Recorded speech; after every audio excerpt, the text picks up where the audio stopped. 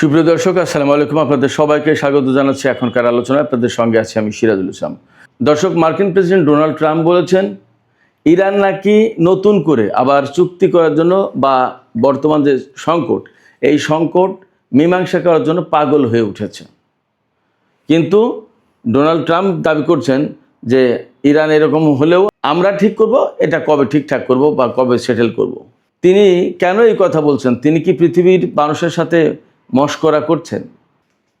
এপাশে ইরানের সর্বোচ্চ নেতার সামরিক উপদেষ্টা, অন্যতম সামরিক উপদেষ্টা সাবেক মেজর জেনারেল রহিম ইয়াহিয়া সাফাবি, তিনি বলেছেন আমেরিকা যদি ইরানের উপরে পরমাণু বোমা ব্যবহার করে তাহলে ইসরায়েল নামক রাষ্ট্রের অস্তিত্ব থাকবে না।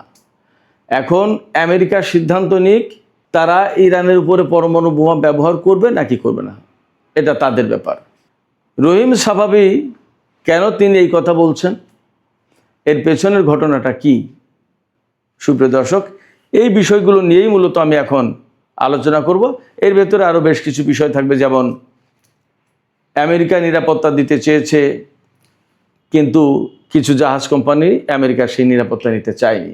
আবার গত রাতেও আমেরিকা এবং ইরানের ভেতরে ব্যাপক যুদ্ধ হয়েছে, লড়াই হয়েছে, দুই পক্ষ একে অপরের উপর হামলা চালিয়েছে, তাতে ক্ষয়ক্ষতির ব্যাপার আছে।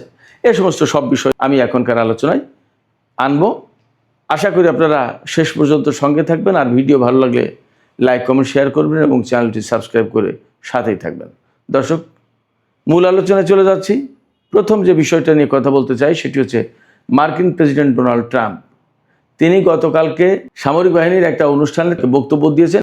বাংলাদেশ টাইম গতকাল, আমেরিকা টাইম আজকে, অর্থাৎ বৃহস্পতিবার। তিনি সেখানে বলেছেন বর্তমান সংকট সমাধানের জন্য ইরান পাগল হয়ে গেছে। তারা বারবার আমাকে ফোন করছে, ডোনাল্ড ট্রাম্প দাবি করছে যে তারা বারবার আমাকে ফোন করছে এবং এই সংকটের একটা সমাধান তারা চায়, তার মানে আমেরিকার সাথে চুক্তি করতে চায়।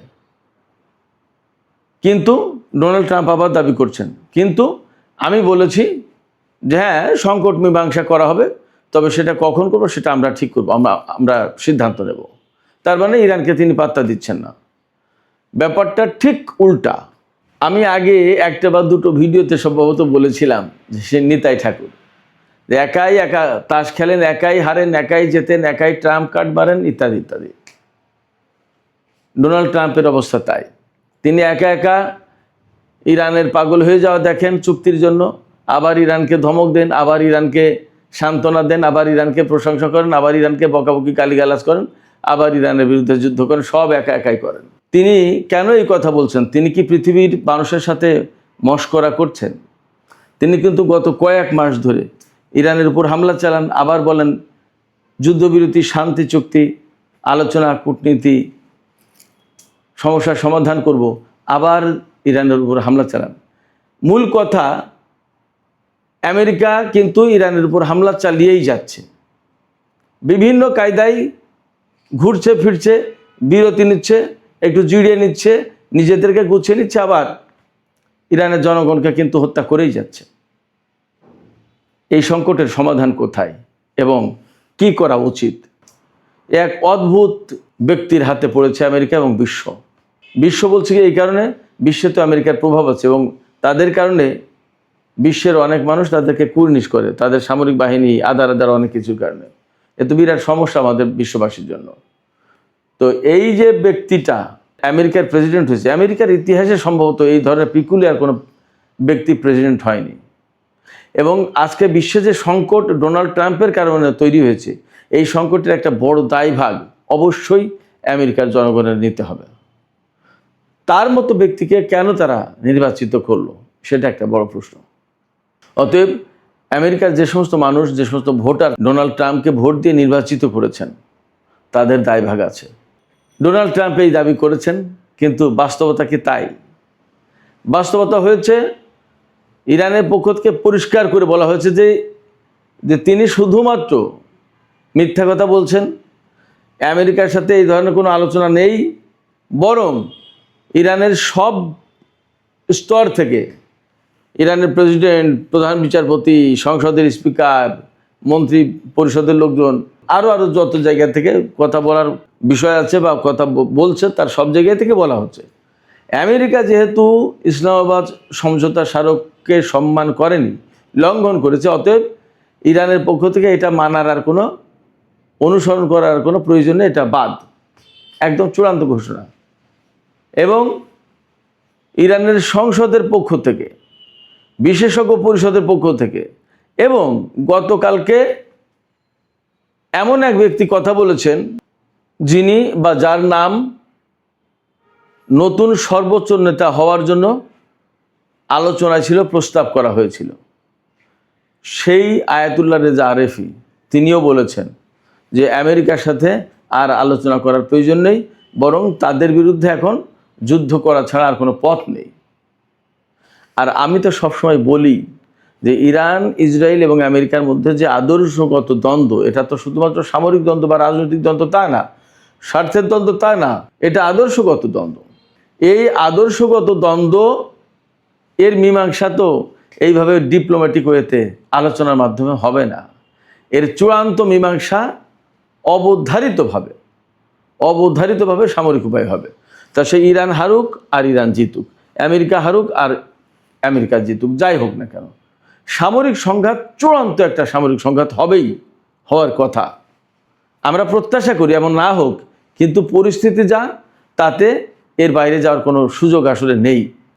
তো এই পরিস্থিতিতে ডোনাল্ড ট্রাম্প যা বলছেন তা আসলে মোটেই বাস্তবতার সাথে মিলছে না। ডোনাল্ড ট্রাম্প বলছেন যে চলমান সংকট মীমাংসা করার জন্য ইরান পাগল হয়ে গেছে এবং তারা বারবার আমাকে ফোন করছে, কিন্তু আমি বলছি সেটা আমরা পরে দেখব। কিন্তু বাস্তবতা হচ্ছে ইরান ওই আলোচনার দিকে আর যেতেই চায় না।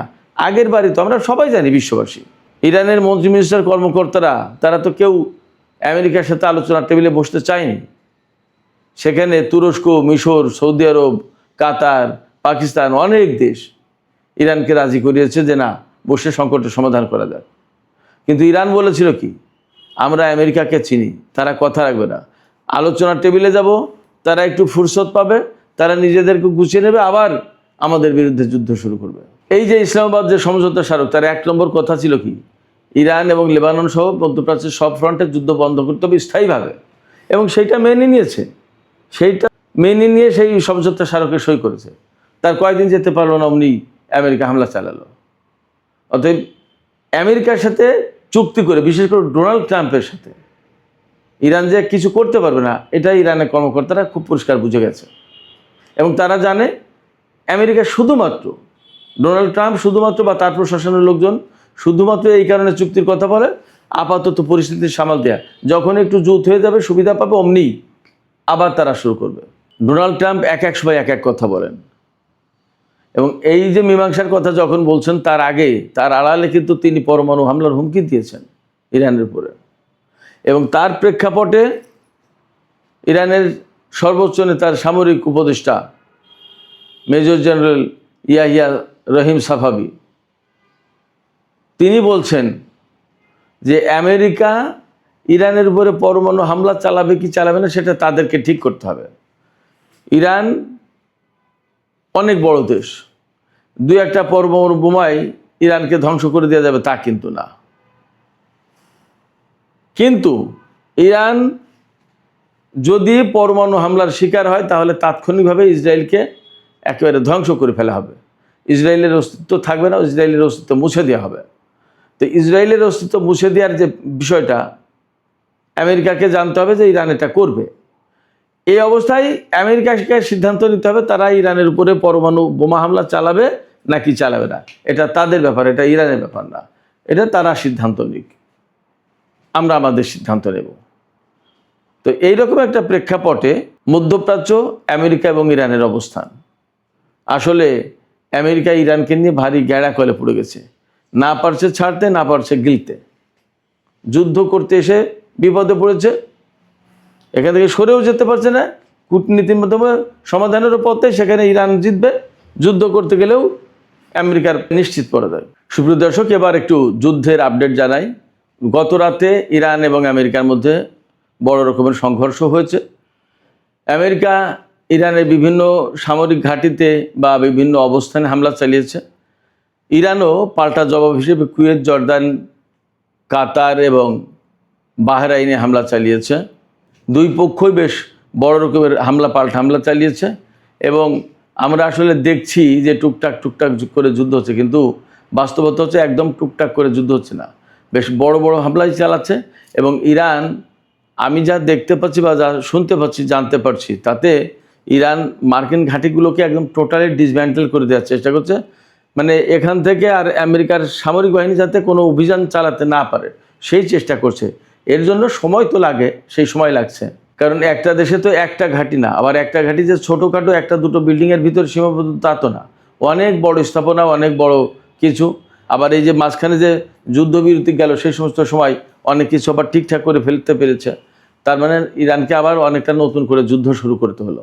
এই অবস্থায় আমেরিকা এবং ইরানের মধ্যে বড় রকমের সংঘর্ষ চলছে এবং এর থেকে আরও বড় কিছু ঘটে যেতে পারে, আমার কাছে এমনও মনে হচ্ছে। এদিকে আরেকটি গুরুত্বপূর্ণ খবর আছে। সৌদি আরবের পত্রিকা আল আরাবিয়া পত্রিকা খবর দিয়েছে যে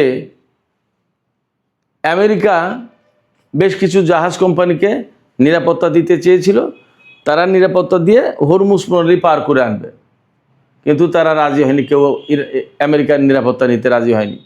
তারা বলেছে যে তোমরা নিরাপত্তা দেওয়ার পরেও ইরান বেশ কয়েকটা জাহাজে হামলা চালিয়েছে এবং দু একটা জাহাজ ডুবেও গেছে, ফলে আমরা জাহাজ তোমাদের নিরাপত্তায় চালাবো না। তার মানে মার্কিন নিরাপত্তায় হরমুজ প্রণালী পার হতে চায়নি। এটা একটা বিগ ডেভেলপমেন্ট। আমেরিকাকে ডিনাই করা খুব বড় ব্যাপার। সুপ্রিয় দর্শক, এখনকার আলোচনা আমি এখানে শেষ করতে চাই, আজকে খুব লম্বা করব না। আশা করি আলোচনাটা ভালো লেগেছে। যদি ভালো লাগে তাহলে লাইক, কমেন্ট, শেয়ার করুন এবং চ্যানেলটি সাবস্ক্রাইব করে সাথে থাকবেন। আর আলোচনার শেষের আগে আমি একটু বলি আপনাদেরকে, এই যে পরমাণু নিয়ে যে কথাবার্তা চলছে, পরমাণু হামলা নিয়ে, আপনাদের কাছে কি মনে হচ্ছে আমেরিকা শেষ পর্যন্ত ইরানে পরমাণু হামলা চালাতে পারে? এবং তাই যদি হয় তাহলে ইরান তা কি দিয়ে প্রতিরোধ করতে পারে বা ইরানের এখানে করণীয় কি? সুপ্রিয় দর্শক, আলোচনা এখানেই শেষ করতে চাই। মতামত আপনারা কমেন্টে জানাবেন। আর ভিডিও ভালো লাগলে আবারও বলি লাইক, কমেন্ট, শেয়ার করবেন। আপনাদের সবাইকে অনেক অনেক ধন্যবাদ। আল্লাহ হাফেজ।